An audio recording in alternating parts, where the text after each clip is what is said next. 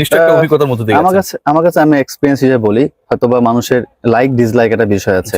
আপনি আমাকে পছন্দ করতে পারেন আবার নাও করতে পারেন, এটা আপনার ব্যক্তিগত ব্যাপার।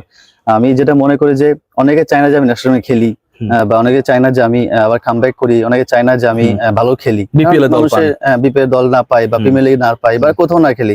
বাট একটা কথা কি ভাই, আপনার রিজিক আল্লাহর কাছে। এটা আল্লাহ যদি আপনি কষ্ট করেন, আপনি যদি কাউকে মানেন, তাহলে আপনার আল্লাহ তাআলা আপনাকে এটা কোনোদিনই বাধা দিবে না। সো আমি সবসময় বিলিভ করি আল্লাহর উপরে, আমি আল্লাহর উপর ছেড়ে দিয়েছি যে তুমি যা প্ল্যান করছো, তুমি যেটা মনে করছো আমি অবশ্যই করবো। তা আমি আল্লাহর উপর ছেড়ে দিয়েছি, উনি রিজিকের মালিক। সো আমাকে রিজিক ছিল ঢাকার, তো ঢাকার রিজিক তো আল্লাহর মধ্যে হচ্ছে ভালো। এই যে বললেন যে অনেকে চায় না সাবির, মানে আপনাকে নিয়ে তো সবাই কথা বলে, আপনি ধরেন ডিসিপ্লিন ভাঙেন, এটা করেন ওটা করেন, এরা আসলে কারা? মানে এইটা বলতে ভয়টা কেন? কারণ দিন শেষে তো এরা আপনার বন্ধু না, এবং এরা যখনই সুযোগ পাবে আবারও ধরেন আপনাকে খেলতে যেন না পারেন, সেটা যেই পর্যায়ে হোক সেই কাজটাই করবে, যেহেতু চায়ের আড্ডার সেই পাবলিকটা আপনি না। এরা আসলে কারা বলতে বা নামটা বলতে আসলে সমস্যাটা কোথায়? না এরা তো এমন না যে নাম বলে দিলে আপনার ভালো চাওয়া শুরু করবে। না না, আসলে নাম না, আসলে 18 কোটি মানুষের মধ্যে আপনি 50% মানুষ লাইক করবে, 50% লাইক করবেন, এটা 50% এর বেশি মানুষ সাব্বিরকে লাইক করে। মানুষ হচ্ছে, বিষয়টা হচ্ছে এখন আপনার সামনে একটা আপনার হেড, আপনার পিছনে টেল।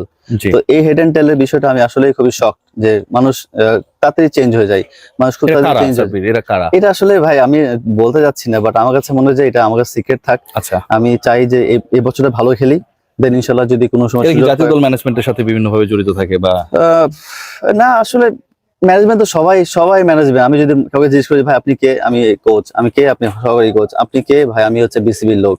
তো অনেকভাবে আমাকে ডিমোটিভেট করে, অনেকভাবেই আমাকে, যেমন আমি লাস্ট এনসিএল খেলতে পারিনি, একটা নির্বাচক বলেছে যে আমি টি10 খেলে এসেছি, আমাকে 2 ম্যাচ বসে রেস্ট দিক।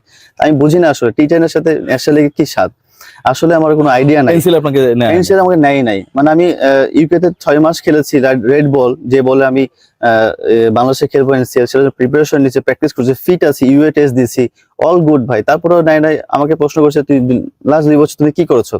ভাই লাস্ট 2 বছরে কেউ পারফর্ম করে না রাজশাহী। যদি কেউ করতাম আমরা চ্যাম্পিয়ন হইতাম, আমার 6 নাম্বার হইতাম না। বাট এট দ্য সেম টাইমে লাস্ট 2 বছরে ভাই আমি আর সাব্বির হোসেন রান করছি রাজশাহী ডিভিশন হয়ে। আপনি দেখতে পারেন গুগলে, সাব্বির রহমান আর সাব্বির হোসেন লাস্ট 2 বছরে পারফর্ম করেছে। তারপরে কেন নেন আমি জানি না, হয়তো যে বললাম যে আমার এখানে একটা ফ্রেন্ড আছে, খেলতে হবে, আমার একটা ছেলে আছে, খেলতে হবে, আমার এখানে ক্যাম্পে প্লেয়ার আছে, খেলতে হবে, এইভাবে হয়তো বা সাব্বিরকে সিন্ডিকেট হয়ে গেছে। ডেফিনেটলি আমার কাছে মনে হয় যে এটা হওয়া উচিত না। ট্যালেন্ট কখনোই বৃথা যায় না যদি সে কষ্ট করে। তো আমি কষ্ট করছি ভাই, বিপিএল চান্স পেয়েছি, ভালো খেলছে আলহামদুলিল্লাহ। এখন পর্যন্ত দোয়া করবেন যেন আমি শেষ করতে পারবো। শেষ পর্যায়ে সাব্বির 33 বলে 82, 9টা ছক্কা, শুরুতেই বলছিলাম 3টা 4 ছক্কা মারতে আপনি পছন্দ করেন। আমাদের প্রিয় তামিম ইকবাল বলেছেন যে বাউন্ডারি গুলো ছোট, কিন্তু সাব্বিরের আসলে ছক্কা গুলো হচ্ছে গ্যালারি আছে ওদিকে চলে যায়।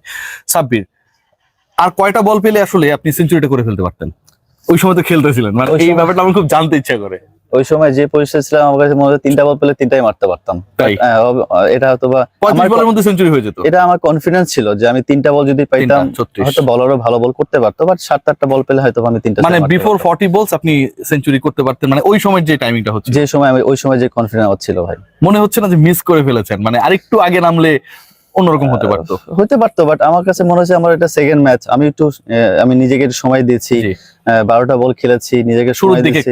আমার কাছে ক্রিজে মনে হচ্ছে this is my last match, আমাকে এটা যদি ভালো না করতে পারি হয়তো বা আমাকে নেক্সট ম্যাচে নাও দেখতে পারি। বাট আমার কাছে মনে হচ্ছে যে আমি চিন্তা করছি ভাই, এটা আমি যদি এখান থেকে না বেরোতে পারি তাহলে আমার আর ক্যারিয়ার হওয়ার দরকার নেই, ক্রিকেট প্লেয়ার হওয়ার দরকার। আমি যে কনফিডেন্স শেছিলাম লঙ্কা টি10 থেকে, 3টা ম্যাচ খেলিনি, তারপরে এসে যে কামব্যাক করেছে, এটা পরে আল্লাহর গিফট।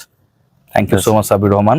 আপনার জন্য তো অনেক শুভকামনা, একই সাথে আপনার নতুন যে শিশু 8 মাস বয়স তার জন্য, এবং আপনার ফ্যামিলির জন্য, আপনার ওয়াইফের জন্য, যারা আসলে আপনাকে সাপোর্ট করেছে এই খারাপ সময়টাতে। অনেক ভালো থাকবেন, আপনার জন্য অনেক শুভকামনা। আপনি কিন্তু বাংলাদেশের মানুষ প্রচন্ড ভালোবাসে। থ্যাংক ইউ, প্রতিদান দিতে হবে। ভালো থাকবেন। Thank you.